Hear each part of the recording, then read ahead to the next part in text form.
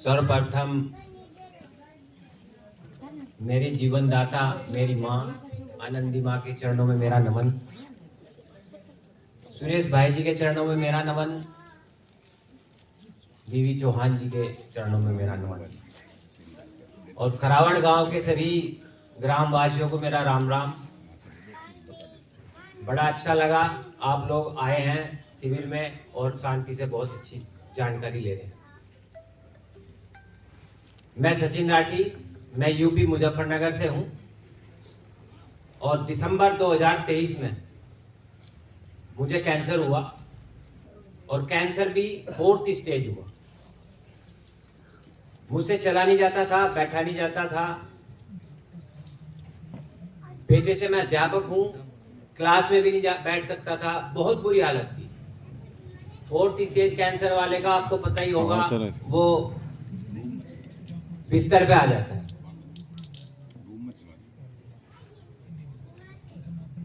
Doctor के पास गया, doctor ने कहा भाई महीना 2 महीना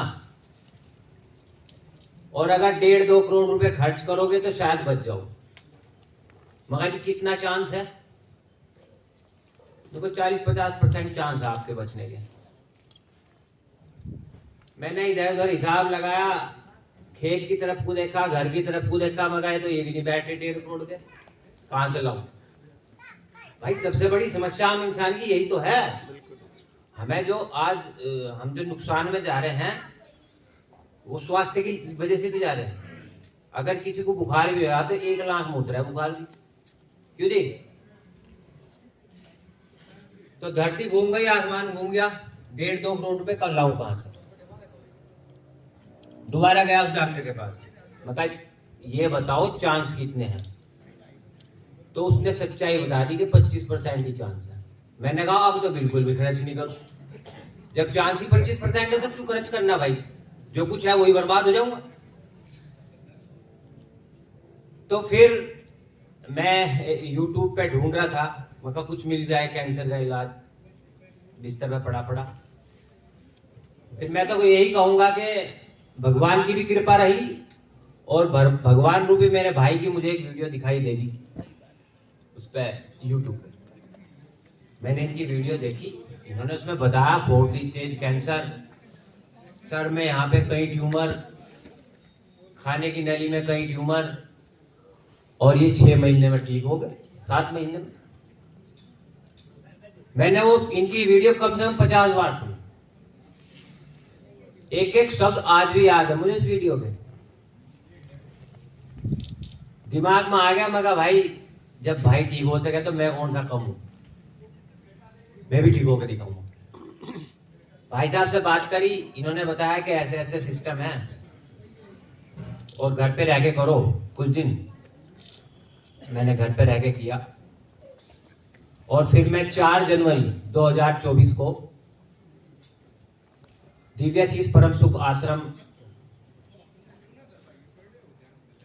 पहुंचा। वहीं पे मेरी माताजी से मुलाकात हुई।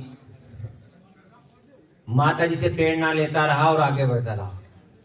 कैसे आया तो हमें बता दे। मैं मुझे यार दोस्त, मेरी वाइफ थी, रिश्तेदार थे, सब गाड़ी में पीछे डाल के लाए थे। मुझसे चला नहीं जाता था, 4 पैर वाला वो स्टैंड मैं लेके आया था। बड़ी मुश्किल से आश्रम ऊंचाई पे है, चढ़ पाया।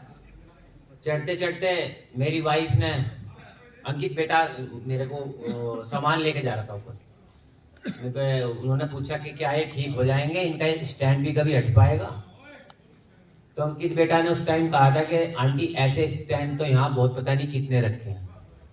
तो मेरे अंदर जो है ना एकदम से अजीब सा मतलब एक कॉन्फिडेंस और आ गया कि मेरे जैसे जब बहुत ठीक हो गए तो मैं भी ठीक हो जाऊंगा। तो मेरा सफर 4 जनवरी से स्टार्ट हो गया और वही जो भी अपने प्रक्रिया है एनडीएस में, रोज 9-10 बार एनीमा करना था, रोज 8 घंटे की फास्टिंग करनी थी और 2 या 3 जूस जो भी माता जी के आदेश से मैं मिलता था मैं पीता था। ऐसे करते करते 25 दिन बाद एक दिन मेरा फोन आ गया कोई, और सुबह ही सुबह माता जी के चरण छूने के लिए मैं ऊपर जाता था। तो मैं बात करता करता ऐसे ही ऊपर चला गया। माता जी ने कहा मुझसे कि बेटा स्टैंड कहाँ है। मैंने इधर उधर स्टैंड देखा तो स्टैंड तो था ही नहीं। तो मैंने उस दिन से फिर स्टैंड का हाथ ही नहीं लगाया। तो 25 दिन में मेरा स्टैंड ही हट गया। मैं बैडमिंटन प्लेयर भी हूँ, स्टेट तक खेलता हूँ, अब भी खेलता हूँ। 56 या 57 दिन बाद मैंने अंकित बेटा के साथ वहां पे बैडमिंटन खेलना स्टार्ट कर दिया। जो आदमी चल नहीं पा रहा था, स्टैंड से चल रहा था, जिसे डॉक्टर ने कह दिया था कि अगर कदम भी रखोगे तो ध्यान से रखना, हड्डी टूट सकती है। मेरे को शरीर में 4-5 जगह कैंसर था। हिप जॉइंट में कई जगह था, कमर में 2-3 जगह था और फेफड़ों में कई जगह था। तो लगभग 56 दिन में तो मैं बिल्कुल ठीक हो गया। 70 दिन में वहां रहा। मैं बूढ़ा सा हो गया। आप सब लोगों के आशीर्वाद से। देखो, बहुत लोगों को पता था और नया रास्ता बनाने के लिए तो नए सिरे से ही चलना पड़ता है। मैंने फोन बंद कर दिया था अपना, क्योंकि रिश्तेदारों के फोन आते थे, कहाँ चला गया, डॉक्टर का क्यों नहीं गया, मरा गया ऐसी जगह जाकर, ये शब्द होते थे जो जानने वाले होते थे, फोन करते थे। मैंने कहा मरूंगा, मर जाऊंगा, रहूंगा ही। मैंने फोन ही बंद कर दिया था, मैं किसी के फोन नहीं उठाता था। इस रास्ते पर चलते हुए मैंने फास्टिंग को बढ़ाया। जैसे जैसे मुझे माता जी से प्रेरणा मिलती गई, 8 घंटे की तो रोज हम करते ही थे। फिर 1 दिन, 2 दिन, 3 दिन ऐसे ही हर हफ्ते 3 दिन मैं निर्जला करने लगा और 3 दिन में जूस पे रहने लगा। इस तरह मैंने 70 दिन में टोटल मेरा 35 दिन का निर्जला रहा और 35 दिन में जूस पे रहा। इसी बीच में माताजी ने मुझे प्रेरणा दी कि बेटा एक आहार करो। एक आहार का मतलब होता है एक ही आहार लेना। मैंने 12 दिन तक काले अंगूर पे मैं रहा। जो कैंसर पेशेंट है वो सुन लेना, कैंसर पेशेंट के लिए काला अंगूर वरदान है। अभी सीजन है, कोई हो तो जरूर खाए। 12 दिन तक मैं अंगूर पे ही रहा और उससे मुझे बहुत ज्यादा मेरा डिटॉक्स हुई, बॉडी सफाई बहुत अच्छे से हुई।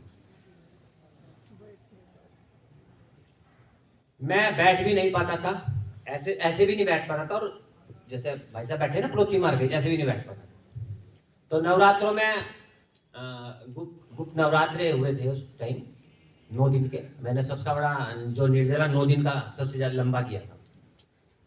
मैंने सोचा नहीं था कभी कि इतना लंबा निर्जला में कर पाऊंगा। वो भी माता जी की प्रेरणा से ही हुआ। और उस टाइम में अच्छे से पड़ोसी मार के ऐसे बैठना मैंने स्टार्ट कर दिया था। 70 दिन रहने के बाद फिर मैं घर जब पहुंचता हूं तो मैंने जो है आश्रम में बैठे बैठे अपना व्हाट्सएप ग्रुप बना लिया था दोस्तों का, और उनको ये जानकारी जो माता जी से मिलती थी सबको भेजना स्टार्ट कर दिया। लोगों के पास ऑनलाइन एनिमा भी भिजवाए जो बीमार चल रहे थे। लगातार कोशिश जारी, आज भी यही है। रोज मेरे घर पे 2-3 पेशेंट रोज आते हैं। माता जी मुझसे नाराज रहती है, मैं कभी कभी जूम मीटिंग में जुड़ नहीं पाता, क्योंकि वो टाइम ही होता है उनका मेरे घर आने का। 6-7 बजे शाम को सब आते हैं, क्योंकि 9 से 3 में स्कूल रहता हूँ। 1-2 घंटा के बाद ही मैं उन लोगों को बुलाता हूँ। तो ये सब आज भी जारी है। मेरे साथ मेरी पत्नी गई थी, उनको 500 प्लस शुगर रहता था, पीसीओडी था, यूटीआई इन्फेक्शन था, हार्मोन्स डिस्टर्ब थे, मतलब सारी बीमारी थी, कोई बीमारी बच नहीं रही थी। और 20-21 दिन में उनका शुगर बिल्कुल नॉर्मल हो गया था और आज भी बिल्कुल स्वस्थ है। लगभग 14 महीने हो गए। स्किन प्रॉब्लम भी थी उनको बहुत ज्यादा। मेरी माता जी, उन्हें साइटिका का पेन था, घुटनों में दर्द था, सीढ़ियों पे न चढ़ सकती थी न उतर सकती थी। उसी दिन से वो भी एनडीएस फॉलो कर रही हैं। अब उन्हें जो है बहाने चाहिए घर से जाने के, चाहे जितने चक्कर कटवा लो सीढ़ियों पे। सही बता रहा जी मैं? बिल्कुल स्वस्थ हैं। जैसे वो गुरुजी बता नहीं रहे थे कि मेरी माता जी की उम्र घट गई, तो मेरे ध्यान में एकदम मेरी माता जी आई कि मैं कहा हाँ यार, ये तो वाकई उनका भी 25-30 किलो वजन घट गया, मेरा खुद का 36 किलो वजन घटा, मेरी वाइफ का लगभग 30 किलो वजन घट गया। और देखो घटा ही नहीं है, मैं 58 तक गया, मैं एक 94 किलो का गया था कभी आश्रम में, वहां से आया 70 का, 25 किलो तो वहीं घट गया, 24 किलो। फिर घर पर भी आके मेरा घटा और मैं 58 तक गया और आज मेरा वजन है 65। मेरी आज भी वही डाइट है, दिन में 3 जूस और शाम को फ्रूट या सलाद। तो जब हम बिल्कुल स्वस्थ हो जाते हैं तो हमारा वजन इसी भोजन पे, जो कच्चा भोजन है जिसे लोग कहते हैं कि इसमें ताकत नहीं है, उसी से वजन बढ़ता है।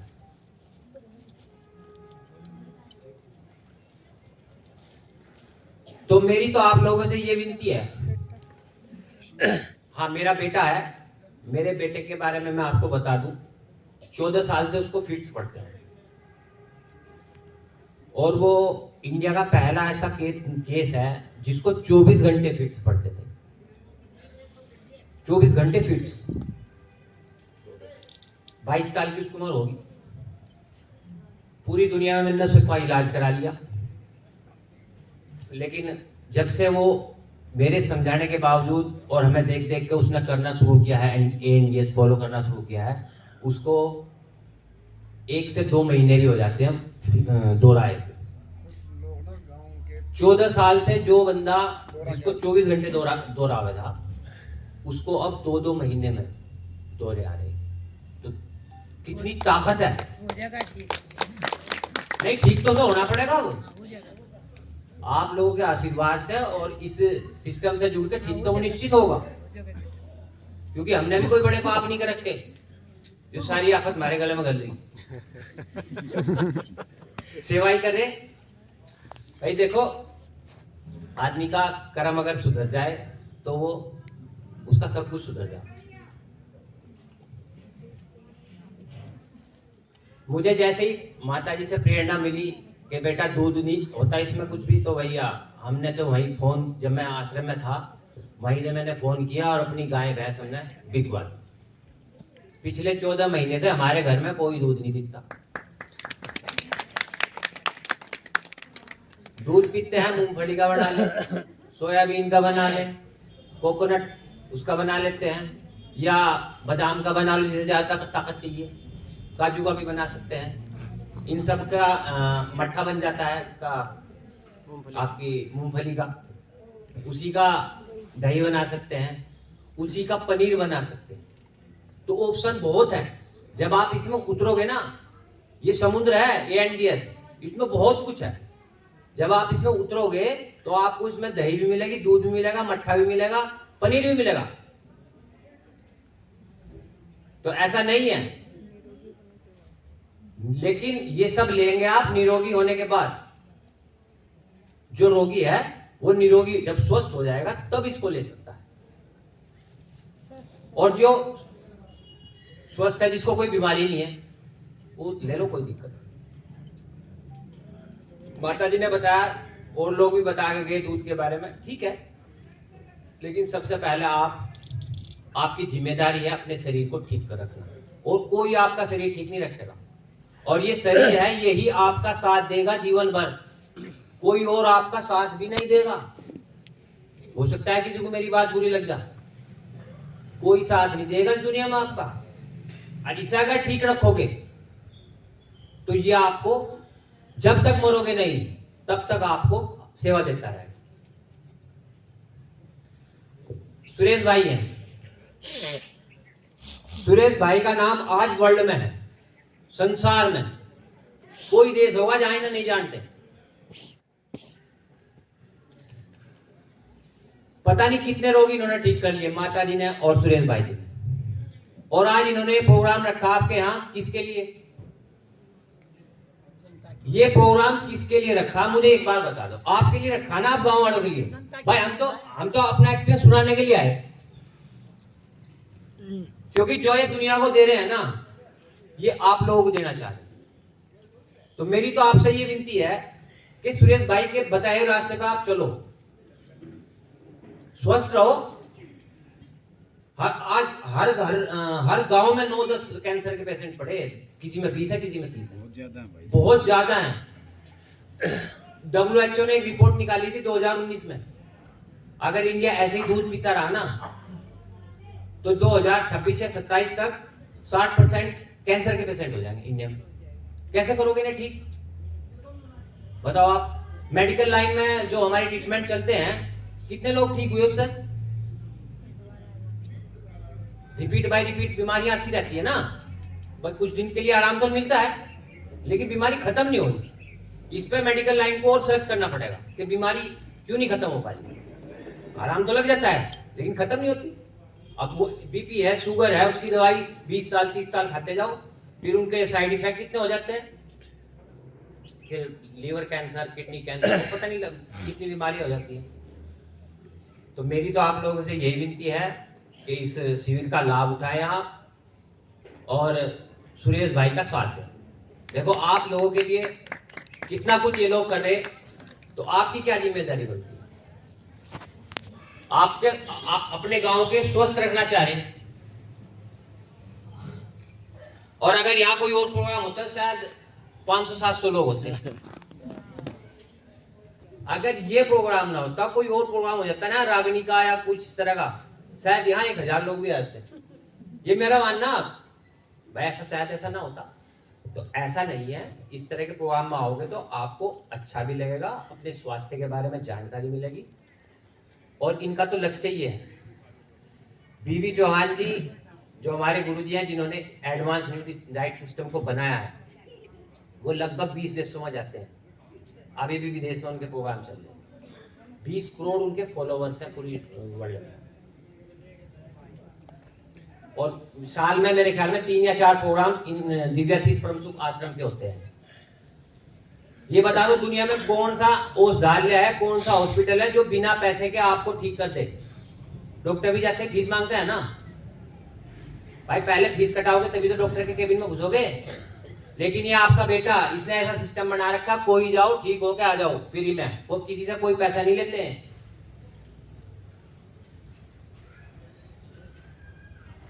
मिल जाएगी कोई ऐसी संस्था है कहीं भारत में ऐसी? मुझे बता दो कोई हो तुम, कि आओ भाई और ठीक हो और अपने घर जाओ, कोई पैसा ना दो। तो इस तरह की संस्था को चलाने का काम भी तो हमारा है। इन पे कहां से करोड़ों रुपए आ रहे भाई? इन पे कहां से पैसे आ रहे? कोई मंत्रालय थोड़े ही इनके पास कि सरकार इनको पैसा देती है। जो लोग ठीक होके जाते हैं वो अपना करते हैं वहां। तो मैं तो लोगों से ये भी विनती करूंगा कि जैसा आप दान देते हो अन्य संस्थाओं में, तो ऐसे अपने भाई का साथ दो ना। ऐसी बहुत संस्थाएं हैं वहां पे, उनका साथ दो। धन्यवाद। मेरा मोबाइल नंबर है 9917444934, 9917444934। धन्यवाद।